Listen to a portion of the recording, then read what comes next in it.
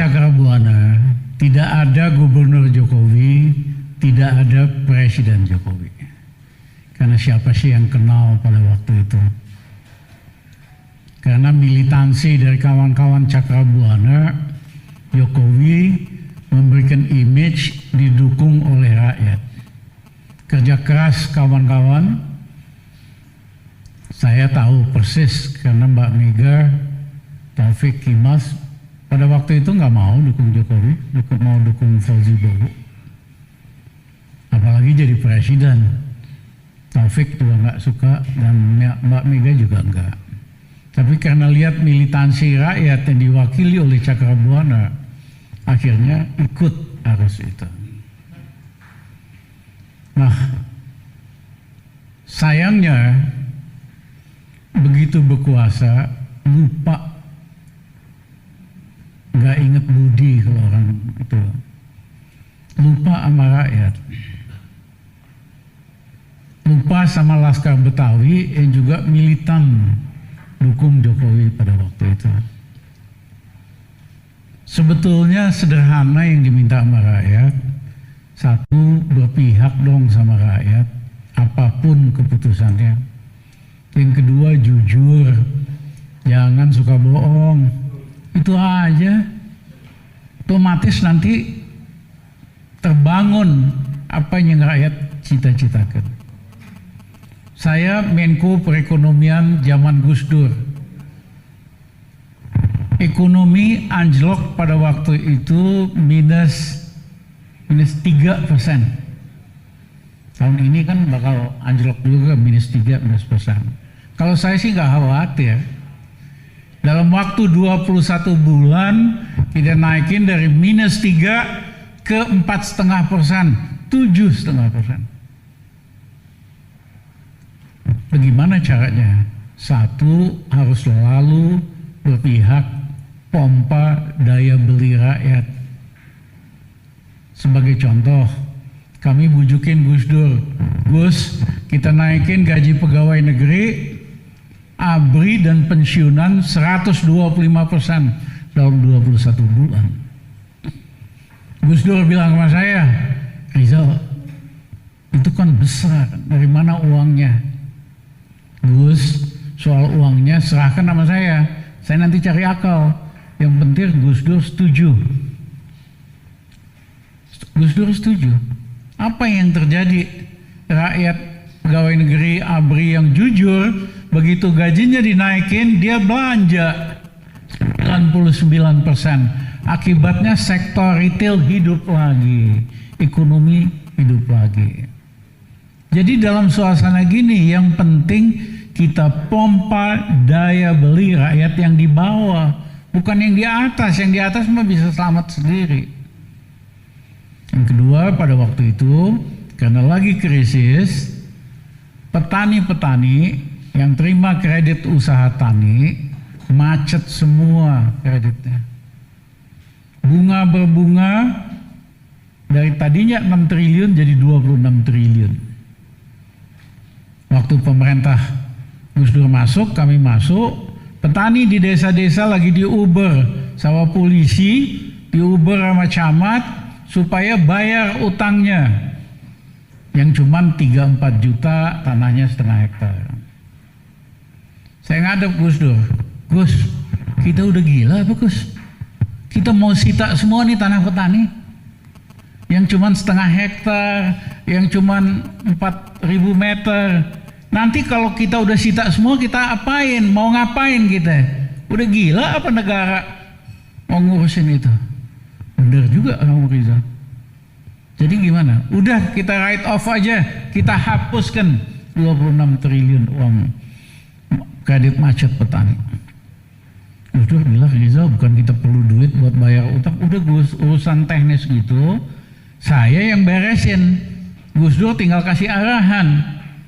Jadi presiden itu nggak usah ngerti soal-soal teknis. Ya, kan ada menteri-menterinya yang pintar. Misalnya Pak Jokowi, menterinya bilang nggak ada cara lain, harus naikin BPJS. BPJS itu kebanyakan buat rakyat kecil. Presiden nggak usah tahu bagaimana caranya, duitnya dari mana. Dia bilang saya nggak mau naikin BPJS. Saya nggak mau bikin susah rakyat saya dalam pandemi ini. Cukup ngomong gitu.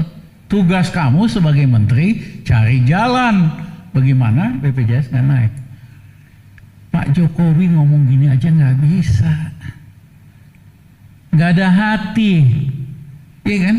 Kan sederhana presiden. Pokoknya saya nggak mau BPJS naik, saya nggak mau rakyat susah lagi pandemik corona ini. Silahkan kamu menteri cari jalan. Kalau nggak mampu kasih tahu gitu. Pemimpin tuh cukup itu keberpihakannya.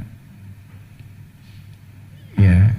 Nah, yang ketiga, waktu itu kredit macet usaha kecil di bank-bank banyak banget.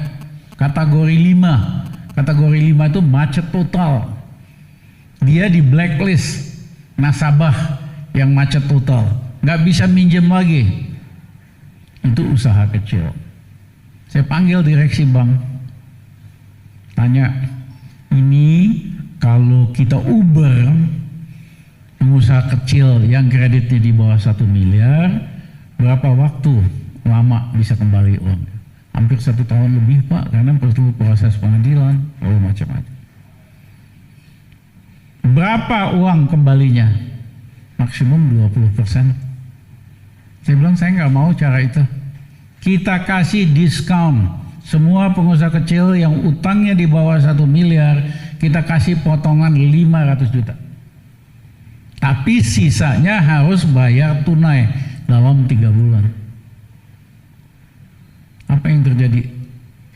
3 bulan kemudian di Urut Mandiri lapor, Pak Ramli, ternyata yang usaha kecil itu kita dapat uang setoran 1,5 triliun lebih. Mereka pinjem dari tetangganya, jual mobilnya, jual tanahnya supaya bisa lunas, supaya bisa masuk kredit satu lagi, supaya bisa minjem lagi, bisa bisnis lagi. BRI lapor terima 1 triliun lebih, total 7 triliun bank terima uang ke cash. Ya, pengusaha kecilnya senang, bisa mulai bisnis lagi. Itulah trik-trik supaya ekonomi hidup. Nggak usah mikirin yang gede-gede, yang gede mah udah tahu jalannya sendiri. Yang penting presiden, pemimpin itu jelas hatinya di mana. Hatinya harus sama rakyat. Saya kadang-kadang bertanya-tanya, Pak Jokowi kan dari rakyat biasa, tukang mebel. Masa lihat rakyat susah kayak nggak ada hati gitu loh. Ya, kan tinggal ngomong, cariin jalan dong, cariin, pasti ada yang pinter yang tahu caranya. Mohon maaf, kalau Rizal Ramli yang pimpin, gampang nih. Yang suasana sini sekarang kan -3, -4. Kasih waktu saya 1 tahun, beres ini.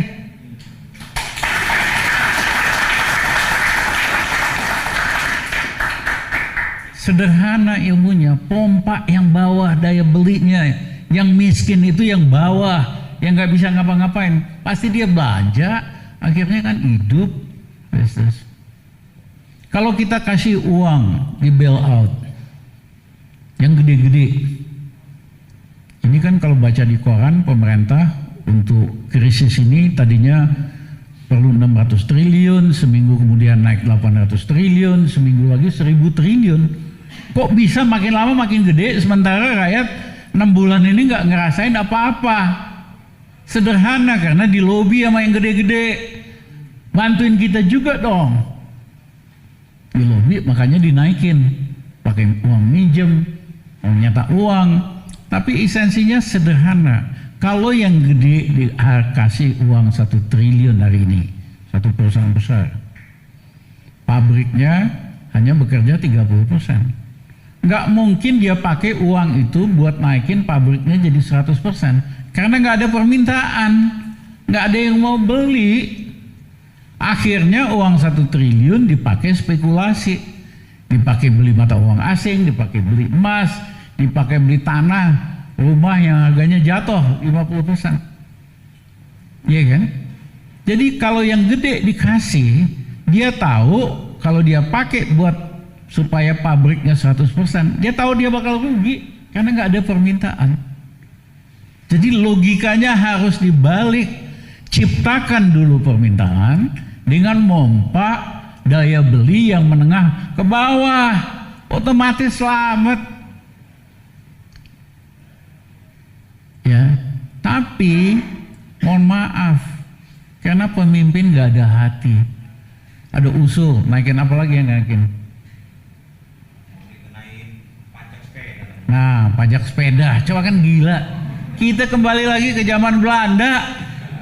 Belanda itu yang punya sepeda dulu pakai penang supaya bayar. Iya pakai penang, itu pajak kita. Masa kita mau kembali lagi ke zaman Belanda? Ya, duitnya duit kecil, kok beraninya malah majakin yang kecil-kecil. Kenapa nggak yang gede-gede? Dan saya banyak jalan, ya, buat balikin. Rizal Ramli itu biasa balikin perusahaan rugi jadi untung. Bulog saya pegang rugi 1 tahun untung 5 triliun. Semen Gresik Group tadinya untungnya 800 miliar, 2 tahun 3,2 triliun 4 kali. Baru karyawannya direksinya kita naikin. BNI, saya preskom Bank BNI, 1 tahun untungnya naik 87%, paling tinggi dari seluruh bank nasional. PLN nyaris bangkrut, kita benahin, jadi sehat dan sebagainya dulu. Garuda juga demikian. Jadi nggak susah-susah amat ngebalikin kondisi yang susah ini. Tapi kalau pemimpin nggak ada hati, boro-boro kepikir gitu lah. Ada menterinya usul, Pak naik ini Pak, ya udah naikin aja, tanda tangan. Ada usul pejabat ini nggak ada jalan Pak, naikin lagi. Lah kalau pemimpin, pemerintah, menteri bisanya naikin harga doang, nggak usah jadi menteri. Bapak-bapak semua bisa, iya nggak? Wong kerjanya cuman ada apa-apa susah naikin aja harga. Ada apa-apa ngutang lagi. Itu nggak perlu kecerdasan untuk memimpin Indonesia seperti itu. Kasihan rakyat bangsa kita, utangnya makin lama makin gede. Buat bayar bunga hutang aja masih minjem. Kebayang nggak itu, Bapak? Orang biasanya pokok oke, ngutang, nyicil. Tapi buat bayar bunganya saja, belum pokoknya, kita mesti minjem. Jadi yang saya ingin katakan, kawan-kawan bersabarlah. Ya, saya tahu rakyat kita nggak sabar. Udah gregetan. Saya kemana-mana jalan, rakyat biasa panggil saya, Pak Ramli tolong Pak Ramli, kita susah banget nih, nggak ada kerjaan. Pak Ramli tolong, kita mau makan aja susah. Ya, pada waktunya Tuhan akan kasih jalan. Tuhan akan kasih petunjuk. Bangsa yang hebat ini gampang ngebalikinnya. Mohon maaf nih, ini kan negara kaya sekali. Istilahnya itu kita punya cawan emas gede. Kita tuker sama batok kelapa. Batok kelapanya kita pakai alat buat minjem uang receh di luar negeri. Tolong dong, pinjem ke negara lain. Itulah bangsa kita. Padahal ini ada cawan emas, tuker sama batok kelapa buat minjem uang recehan. Kalau kita canggih, pemimpinnya ada hati sama rakyat, jujur, nggak perlu tuh uang recehan, kita punya cawan emas. Ya, saya kasih contoh sumber daya alam. Indonesia kan paling kaya sumber daya alam. Tapi rakyat dapat apa dari sumber daya alam? Insya Allah, ya, kalau kita pimpin, kita akan manfaatkan sumber daya alam yang ada buat rakyat kita, sehingga pendidikan bisa gratis sampai universitas. Ya, dan yang kedua rakyat kita masalah makan aja. Masalah udah merdeka 70 tahun makan aja masih masalah. Negara lain nggak ada tuh Cina yang baru belajar ekonomi itu tahun 80-an. Ya, hari ini hampir semua rakyatnya bisa makan. Vietnam, negara, waduh jauh dah di bawah kita. Saya dulu diminta PBB untuk bantu merancang pembangunan Vietnam 20 tahun. Ya, mereka udah ngalahin kita hari ini. Pendidikannya paling bagus, termasuk 10 besar di dunia. Rakyatnya ekspor macam-macam, makan nggak masalah. Masa 70 tahun merdeka makan aja jadi masalah? Ini yang kita benahi, dan insya Allah dengan doa, dengan iktikat dari kawan-kawan Cakrabuana dan Laskar Betawi, Dewan Harian 45, kita ubah ini, kita buat Indonesia jadi hebat lagi, jadi Nusantara. Dulu Nusantara itu punya pengaruh sampai Champa, selatan Thailand, punya pengaruh sampai Filipina Selatan, punya pengaruh Malaysia.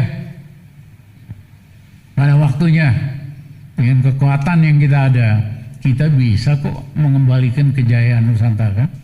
Dihormati di ASEAN 10. Kita negara besar, raksasa besar, yang cuma tidur, yang mentalnya itu pakai batok kelapa buat ngemis pinjaman kiri kanan.